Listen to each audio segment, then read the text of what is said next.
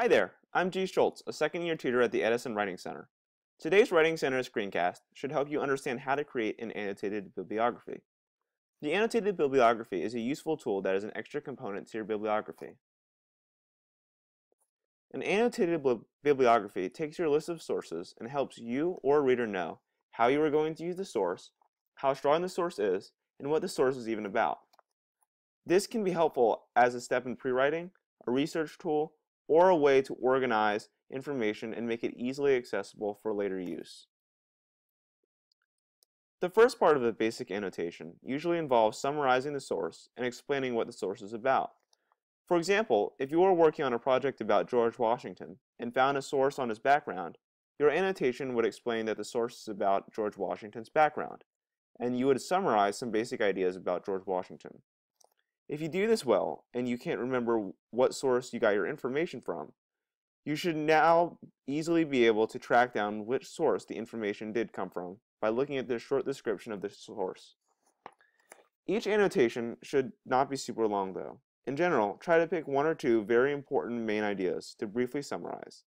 Make sure that you paraphrase it in your own words. Many teachers assign the annotated bibliography as a standalone assignment to help you learn how to evaluate the credibility and strength of a source.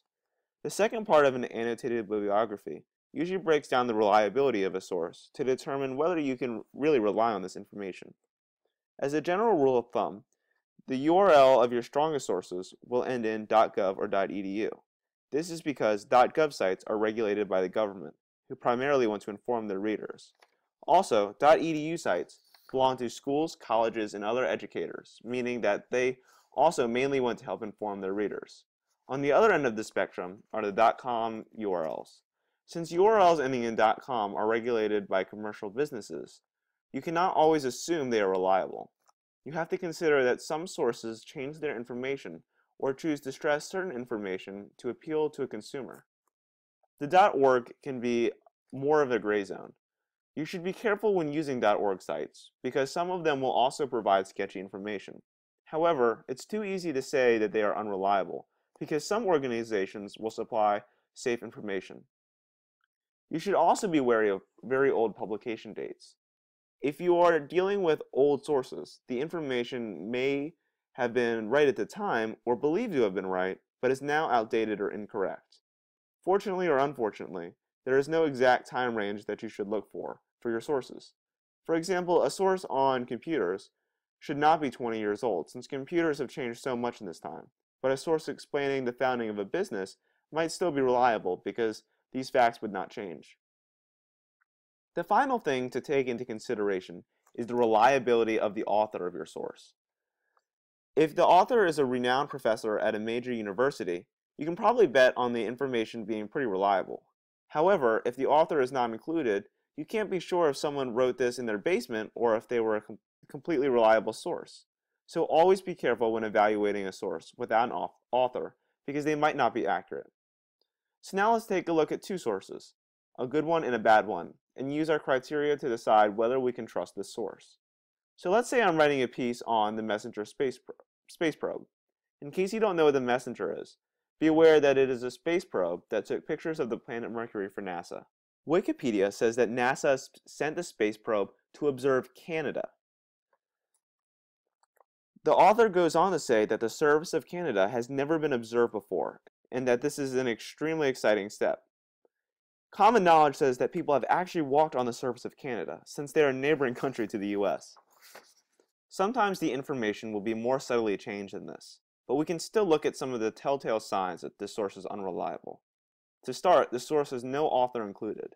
This is because Wikipedia allows anybody to go on their site and write about sources they claim to have knowledge about. This makes it very easy for someone who thinks it's funny to say that the Messenger spacecraft went to observe Canada. Also, we are in a danger zone in terms of URL, and that this is a .org site. Since we already know that Wikipedia is a dangerous site, we know that we can't necessarily trust this specific .org. The source does have a fairly recent date. However, without knowledge of a reliable author or moderator of the site, we should always be aware that this information can't be trusted. However, the NASA site seems to be a much safer bet if we are making our project on a probe they made. The source is government-run, since NASA is a branch of the government. You can tell this because the URL has the .gov extension. The source is fairly recent since it was made in 2004. And since the specifications of the spacecraft wouldn't be expected to change, this information should be pretty reliable.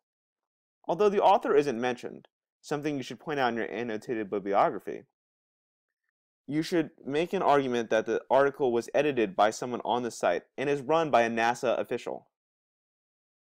So this site seems to fit our criteria much better than Wikipedia, so we could definitely say that this is a reliable source. The final part of our annotated bibliography will talk about the significance of the source that you plan on using. This won't be a particularly long section, but it will be important in helping you organize your future assignment. In this section, briefly suggest how the information is helpful and how it is relevant to your topic. Now that we've learned about the different parts of the annotated bibliography, let's look at how we can actually put one together. To easily handle the formatting of the annotated bibliography, check out the EWC screencast on using Noodle tools, and copy and paste your annotation into the annotation section of the form. So let's run through this example annotation on the NASA source. Notice how these sentences summarize the main idea of the source and identify what the source is about. Here we said, this article explains the specifications and the basic plan of the Messenger space probe. The author explains that the purpose of the probe was to study the planet Mercury and to supply new information on a section of Mercury that has never before been seen. After this, we evaluate the source credibility. Here we said, the source is likely reliable since it is regulated by NASA, a government-ran organization. Also, the source is likely up to date, since the specifications of the Messenger probe and the purpose of the craft would not have changed over the 12 years that the article has been in circulation. However, the article has a NASA editor, and the site is moderated by a NASA official who would be expected to be knowledgeable on the NASA probe. Notice how I specifically mentioned things that justify the reliability of the source, such as date of publication, author, and the URL type.